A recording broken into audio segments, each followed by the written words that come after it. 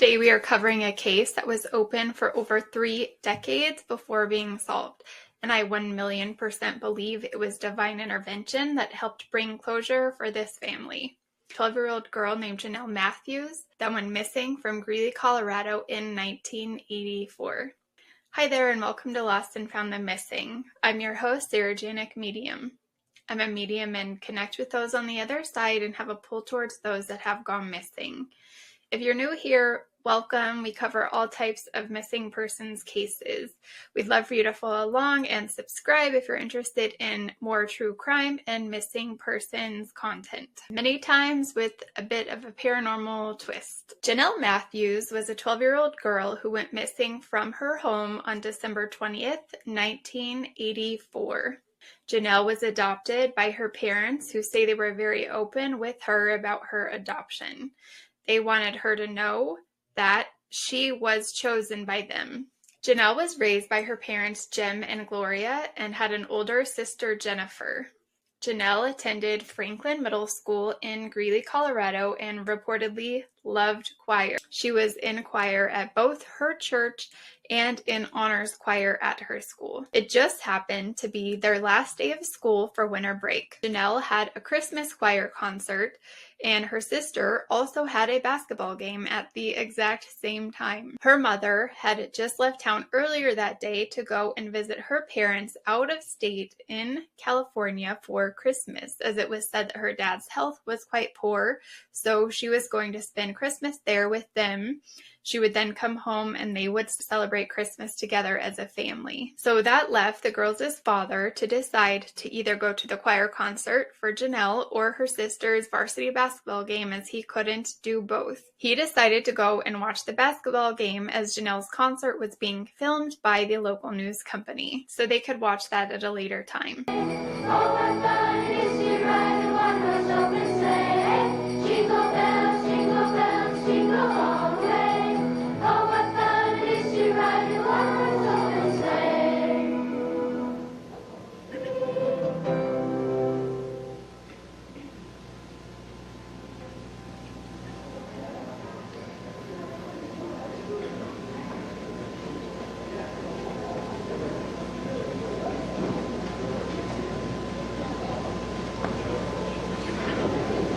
Jonelle's friend, Deanna, and her dad ended up giving Jonelle a ride home after the concert. They drop her off and say their goodbyes and wait for her to get inside. She flickers the lights to let them know that she has made it in safe, and then they head home. Jonelle's dad gets home about 9:30 p.m. after the basketball game. He finds the house empty. He searches all of the rooms and doesn't find Jonelle anywhere. However, he does find the space heater on and the TV on as well in the living room, where she had been at one point, obviously, because her dress shoes were sitting there by the chair. So he waits for Jennifer to get home, thinking maybe she will know where Jonelle is. But when she gets home, she too says that she has no idea where her sister could be. This is when the worry really sets in. He phones her friend Deanna, who had given her a ride home. She says they dropped her off at home. She was fine at that point and she hasn't talked to or seen her since. So they call some more of her friends. Still no sign of Jonelle. This is when they realize that Jonelle is missing. They phone the police and report Jonelle Matthews missing around 11:15 p.m. The police search the home and they don't find much. However, they do find footprint impressions in the snow all around their home, as if someone has been looking into their garden level windows. They could also tell that someone had taken a rake trying to cover up the foot impressions in the snow, doing a poor job of the fact that someone had been lurking around their home. They also wondered, could Jonelle have possibly run away? However, they didn't really think so, because Jonelle seemed to be quite a happy girl and seemed happy with her life and her friends at school. It just wouldn't make sense. That night, Gloria's flight lands in California around 1 a.m. She calls her husband to check in and gets the news that her daughter is missing. She quickly returns to her home in Greeley, Colorado. The police and family search for Jonelle And time goes on without any answers. The Matthews were trying to get as much publicity as possible on their daughter's case. So in 1985, about 6 months after Jonelle goes missing, President Ronald Reagan actually held a missing children's event and talked about her case on national television. By the end of 1985, they consider her case cold, as they just didn't have much evidence or leads in her case at the time. Early on in the investigation, Greeley's current mayor, John Gates, was a police officer at the time, so back in 1984, and was working on Jonelle's case. He searched the neighborhood and interviewed people to see if they knew or heard anything about Jonelle's disappearance.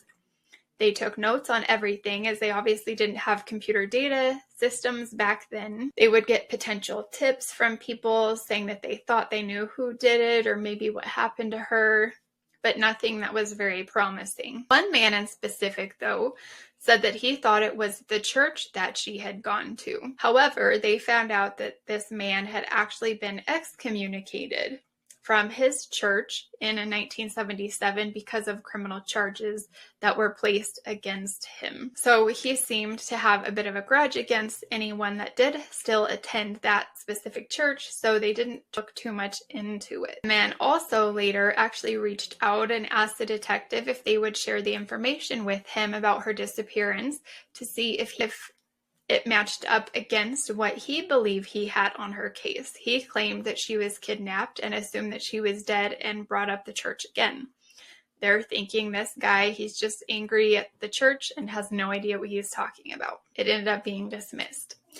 You know, the more I talk about these cases, the more I see that in many cases back in the 70s and 80s in specific, many people would actually give legitimate tips.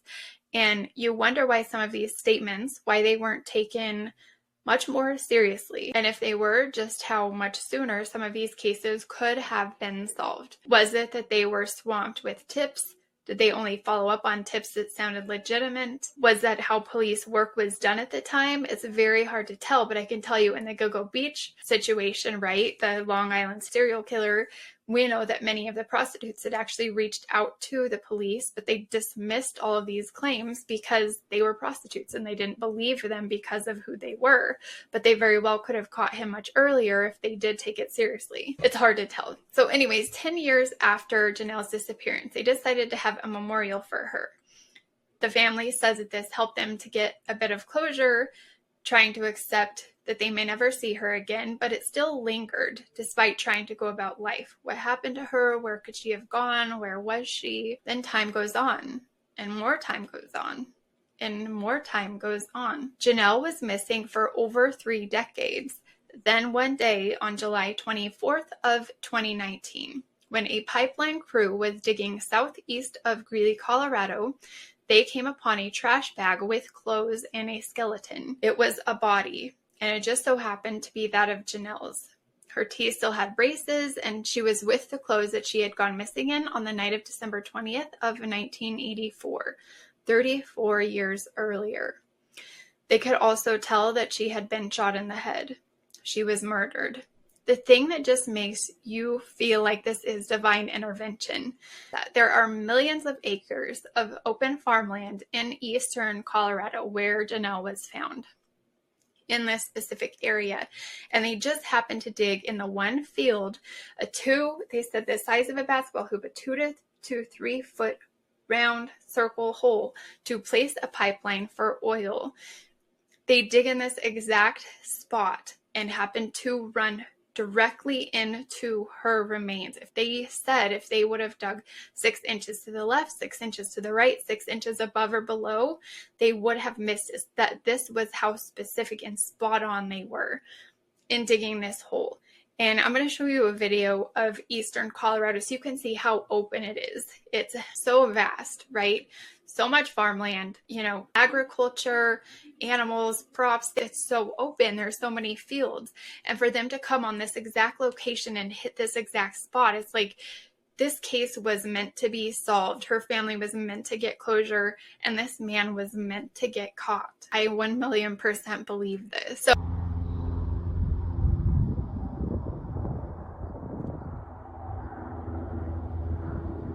showing you how many acres of farmland out here in eastern western Colorado. If you can see like over that street, it's like there are millions of acres. But for her to have been found out here on this little piece of land, literally they said the hole was the size of a basketball hoop. It's just like such divine intervention. I can't even believe that they found her. And also this road out here has now been built up. It's like a main road, and definitely back in the 80s that was just a dirt road, but so much traffic over here.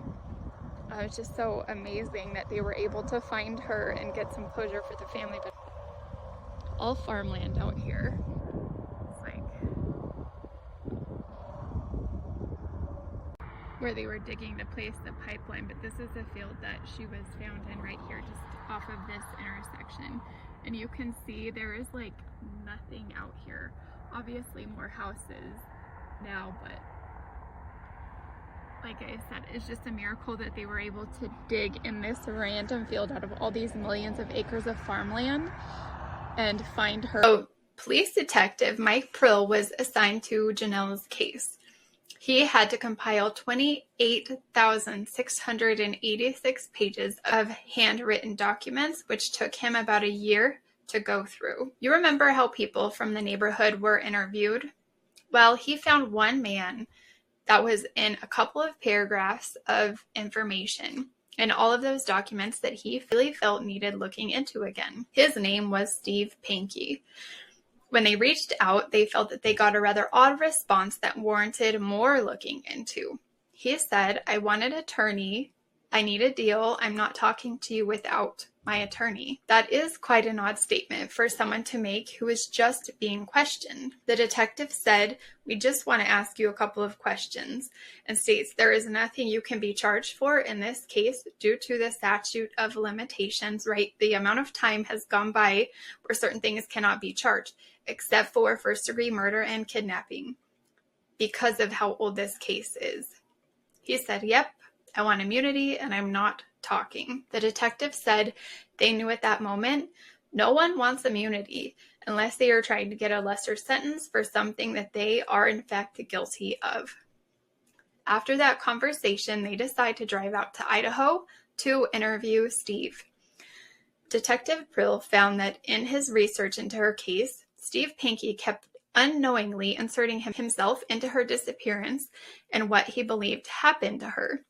He had written a letter to a DA saying exactly where he was the night of Jonelle's disappearance with so much detail. They didn't even ask him where he was that night. And for him to do that, and who would remember what you were doing that exact time 10 years earlier, right? So that was odd in itself. Remember also the man who said that it was the church and blamed it on the church? That was also him. He was the guy that was excommunicated. It also turns out that it was the church that Jonelle and her family later attended. He also happened to only live 2 miles from her home back in 1984 when she went missing. He didn't move to Idaho until 2.5 years after her disappearance. He was also the one who called in asking for info on her case, saying that if they would share with him what they had, he would share with them what he believed happened to her kidnapping and murder. Turns out he also had made statements after moving to Idaho to other police about her case. Detective Prill said it was as if he was trying to guide the investigation towards people that he was wanting to frame. Steve had actually ran for governor in the state of Idaho and sheriff in Twin Falls County, failing all 5 times. They soon found and interviewed Steve's ex-wife, Angela, who said, "Why did it take you so long to find me?"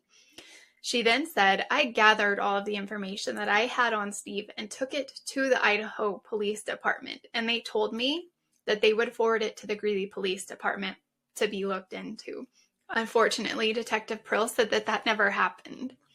She said back in 1984, Steve decided last minute, the morning of December 21st, the day after Jonelle went missing, that they were going to California. She said Steve came into the living room. He said, "Pack your bags. We're going to California. Big Bear for Christmas." She said she remembered how shocked his family was that they showed up after saying they wouldn't be coming for Christmas.